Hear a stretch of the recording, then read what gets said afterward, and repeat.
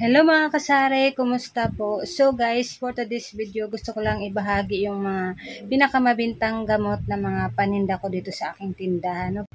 Para doon sa mga baguhan pa lang mag-sari-sari store, saka sa mga nagbabalak magtindahan, no? Para magkaroon din sila ng idea na pwedeng idagdag to sa ating tindahan. No? Kasi ito ay mabinta dito sa ating tindahan. No? Kaya naman guys, siyempre guys, pag mamili tayo ng mga gamot, siguraduhin natin na ligtas inumin ng ating mga customer. Kaya dapat doon tayo bibili sa may mga lisensyadong drugstore, no? Huwag tayo bibili guys sa mga naglalako lang, sa mga nakamotor, sa mga nag-aalok. Huwag na huwag yun guys, kahit mura pa yan.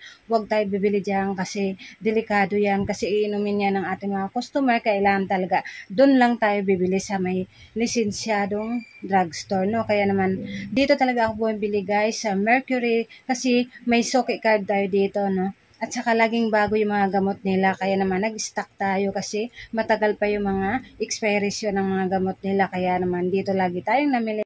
Ipapakita ko na guys yung mga mabintang gamot dito sa ating tindahan. Kaya kung bago ka pa lang sa aking channel, don't forget to like, subscribe. Keep on watching guys. Panoorin nyo lang to guys hanggang dulo, no, para magkaroon din kayo ng idea, kasi ito yung mabintang gamot dito sa ating sari-sari store, lalo-lalo na itong mga gamot guys na gamot sa sakit sa ulo, gamot sa sipon, gamot sa lagnat, gamot sa kirot, gamot sa LBM, gamot sa ubo, and then gamot sa sakit ng katawan. Kaya naman, ipapakita ko yung mga gamot guys na binibili ko lagi, no?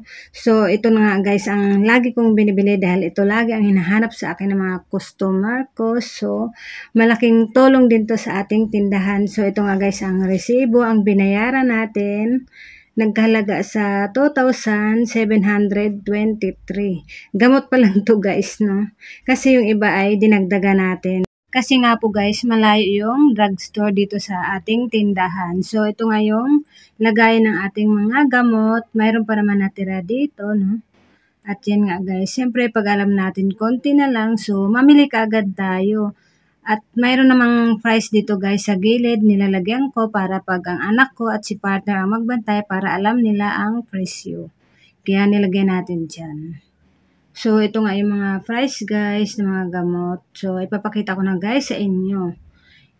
Ayan, ito yung mga gamot na laging hanap sa akin ng aking mga suki, no? Pag alam natin na konti na lang yung mga gamot natin na paninda, so mamili ka agad tayo. At siyempre guys, doon tayo lang bibili sa lisensyadong mga drugstore, no? Para siguradong ligtas inumin ng ating mga customer. Ito ay gusto ko lang ibahagi din para makadagdag kita din yung mga gustong magsari-sari store, no?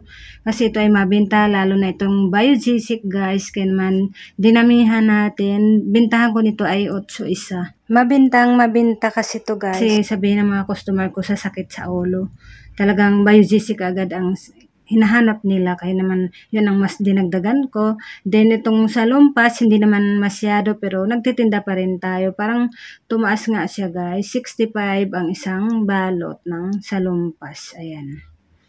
So, bumili lang tayo ng 3 pack. Ayan. 3 lang guys, kasi hindi naman masyado. Paisa-isa lang yung naghahanap. Siyempre, kumpletuhin na natin para si customer hindi na lalayo. So, ito ang Neosip guys, mas mabinta kaysa Decolgen.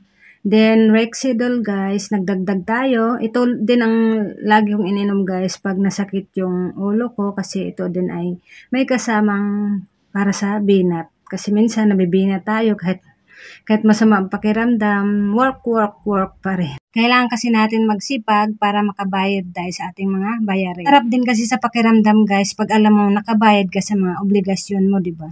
Magsipag mamili guys, lalo na itong mga mabibintang paninda dito sa ating tindahan.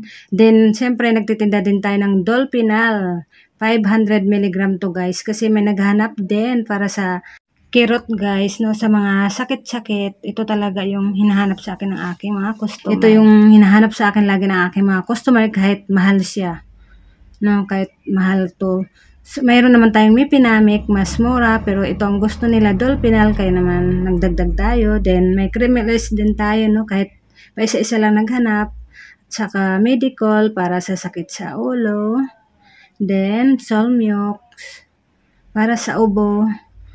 Kasi para si Tomar matuwa, no? Hindi na siya lalayo. Kinumpleto na natin.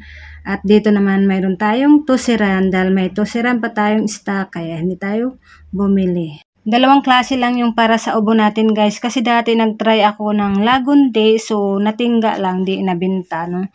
Kaya ininom ko na lang nung nagkaubo ako, no? Kaya yan, dalawa na lang kasi yun lagi ang hinahanap sa akin ni customer, no? At ito nga Dolphinal guys, dinamihan na natin kasi ito nga yung mabinta kahit medyo kamahalan, no? Effective kasi sa kanila. Then may Saridon din tayo kasi may naghanap. So puro branded lang ang tinda natin ng mga gamot guys. At ito nga yung ating naka-display na, no? At inuna nga natin ang Biogesic, Medicol, Saridon. Ito talaga yung mabinta para sa sakit sa ulo, Rexidol, no? Nilagay ko sa isang lagayan para pag sinabi ni customer para sa sakit sa ulo, so pinapili ko na siya dito kung saan siya hiyang. Pero ako guys, mas gusto ko sa Rexidol, no? Kasi nga yun, may kasamang binat, yan. Masiyang din ako, pero minsan lang naman din tayo umiinom, no? Dinadaan ko na lang sa maraming tubig. Kaya dito natin nilalagay yung mga para sa sakit sa ulo.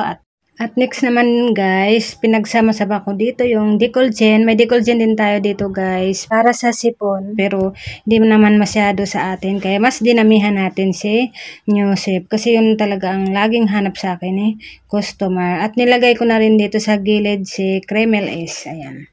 Kasi may naghanap din na pa isa-isa, no? Kinumpleto na natin. Kaya ayan yung pagkalagay ko sa mga gamot. Then dito naman guys ay Bioflow. At mayroon din tayong Buscopan guys kasi may naghahanap. Bumili lang tayo ng 5 piraso.